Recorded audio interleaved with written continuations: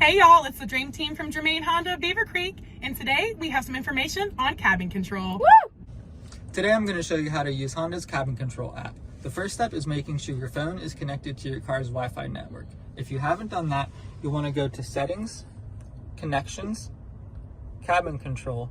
Now I'm already connected, but if I wasn't, you would see options here. So it's up there. It'll look just like this. And you go to Connection Information, and then that will have your car's Wi-Fi network and password, and you connect to that as if you were connected to any other normal network. And once you do connect to it, your phone will pop up in there, and that's my phone.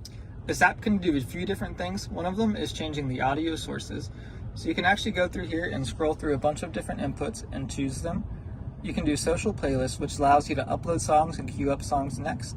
What's really cool is you can control the rear climate control. So you can change the temperature and the fan speed. And then you can also pull up destinations and load them into the car's navigation system. And that's it for this week. Stay tuned for the next episode. Bye!